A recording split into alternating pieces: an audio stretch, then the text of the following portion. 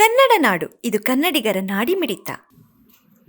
ಸಮಾಜದ ಅಂಚಿಗೆ ತಳ್ಳಲ್ಪಟ್ಟವ್ ನಾವು, ತುಳಿಸಿ ಒಳಗಾದಂತ ಸಮುದಾಯದವರು ನಾವು. ಅದರಿಂದ ತಿರಸ್ಕಾರ, ವಿದ್ಯಾಭ್ಯಾಸ ನಮ್ಗೆ ಸಿಗೋದಿಲ್ಲ.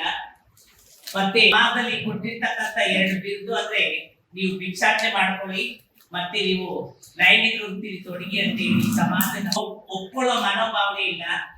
ಮತ್ತೆ ಅವಕಾಶವನ್ನು ಕೊಡ್ತಾ ಇದ್ದೀವಿ. ಸಮಾಜದ ಸಹ ಸರ್ಕಾರವು ಸಹ ನಮ್ಮನ್ನ ಒಪ್ಕೊಳ್ಳೋದಿಲ್ಲ. ದುಡಿಯೋದಕ್ಕೆ ಏನ್ ಮಾಡಿರ್ತಾವ? ದೇವರು ಹೊಟ್ಟೆ ಅಂತ ಕೊಟ್ಟಿದ್ದಾರೆ. ಎಲ್ಲ ದೇವ್ರು ಇಬ್ರು ದಾನ ಧರ್ಮ ಅಂತಾರೆ. ನಮಗೂ ಸಹ ದೇವರು ಹೊಟ್ಟೆ ಕೊಟ್ಟಿದ್ದಾರೆ. ಹೊಟ್ಟೆ ಚೀಲ ಕಟ್ಟೋದು, ನಾವು ಭಿಕ್ಷಾಟನೆ ಮಾಡ್ತೀವಿ, ಅದು ನಮ್ಮ ಹಕ್ಕು ಅಂತ ಹೇಳ್ತೀವಿ. ಅಂದ್ರೆ ನಾವು ಭಿಕ್ಷುಕರಲ್ಲ. ಎಲ್ಲಾ ಇದ್ದು ಬಿಟ್ಟು ನಾವು ಇದೆ ಅಂತ ತಿಳ್ಕೊಂಡಿದ್ವಿ, ಅದು ವೃತ್ತಿ ಅಂತ ತಿಳ್ಕೊತೀವಿ.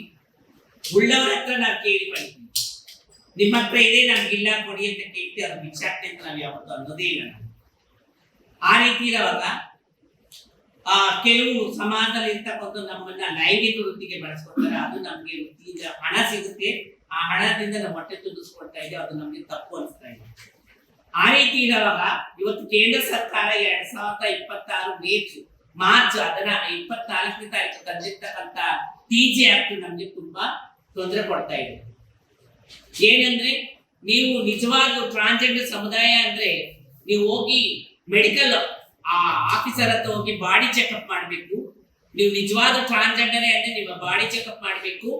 ಅವ್ರು ಕೊಟ್ಟಂತ ಸರ್ಟಿಫಿಕೇಟ್ ನ ಮ್ಯಾಜಿಸ್ಟ್ರೇಟ್ ಅಥವಾ ಜಿಲ್ಲಾಧಿಕಾರಿಗಳ ಹತ್ರ ಕೊಟ್ಟು ಅವರು ಅನುಮೋದನೆ ಮಾಡಿದಾಗ ಮಾತ್ರ ನೀವು ಟ್ರಾನ್ಸ್ಜೆಂಡರ್ ಕಮ್ಯುನಿಟಿ ಅಂತ ಹೇಳ್ತಕ್ಕಂಥ ಈ ಕೇಂದ್ರ ಸರ್ಕಾರದ ಧೋರಣೆ ಅದು ಸರಿ ಇಲ್ಲ ಅಂತ ನಾನು ಹೇಳ್ತಾ ಇದ್ದೀನಿ.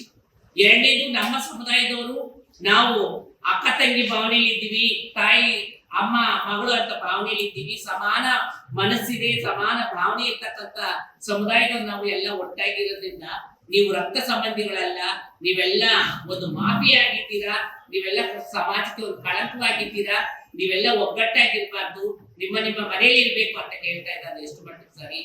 ಅದು ಸರಿಯಲ್ಲ. ನಮ್ಮಲ್ಲಿ ನಮ್ಮ ಭಾವನೆ ತಕ್ಕಂತೆ, ಮನಸ್ಸಿನ ತಕ್ಕಂತೆ ನಮ್ಮ ದೇಹನ ಬದಲಾವಣೆ ಮಾಡ್ಕೊಳ್ತೀವಿ. ಅದು ಇರೋದ ಅವಕಾಶ ಒಂದೇ ನಮ್ಮ ನಿಜರ ಸಮುದಾಯದಲ್ಲಿ ಮಾತ್ರ.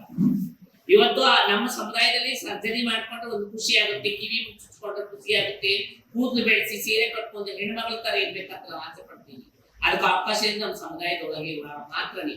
ಆದ್ರೆ ಇದು ಕೇಂದ್ರ ಸರ್ಕಾರ ಏನ್ ಹೇಳ್ತಾ ಇದೆ, ನೀವು ಒಬ್ರಿಗೊಬ್ರು ಪ್ರಚೋದನೆ ಮಾಡಿ ಆಪರೇಷನ್ ಮಾಡಿಸ್ತಾ ಇದ್ದೀರಾ, ಬಲವಂತಕನ ಆಪರೇಷನ್ ಮಾಡಿಸ್ತಾ ಇದ್ದೀರಾ, ಅದು ಸರಿಯಲ್ಲ ಅನ್ನೋದು ತಪ್ಪು ಕಲ್ಪನೆಯಿಂದ ನಮ್ಮ ಮೇಲೆ ಈ ಒಂದು ಆಕ್ಟ್ ಪ್ರಭಾವ ಬೀರ್ತಾ ಇದೆ.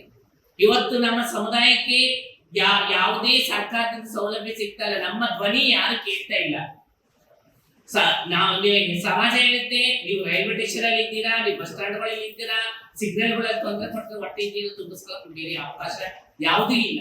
ಆದ್ರಿಂದ ಇವತ್ತು ಕೇಂದ್ರ ಸರ್ಕಾರ ಅವ್ರ ನಿಮ್ಮ ಸಪೋರ್ಟಿಗೆ ಬಂತಂದ್ರೆ ಅವ್ರ ಮೇಲೆ ನಾವು ಕಂಪ್ಲೇಂಟ್ ಮಾಡ್ತೀವಿ, ಅವ್ರ ಮೇಲೆ ನಾವು ಕೇಸ್ ದಾಖಲು ಮಾಡ್ತೀವಿ ಅನ್ನೋವಾಗ ನಮ್ಮ ಕಷ್ಟ ಕೇಳೋರು ಯಾರು?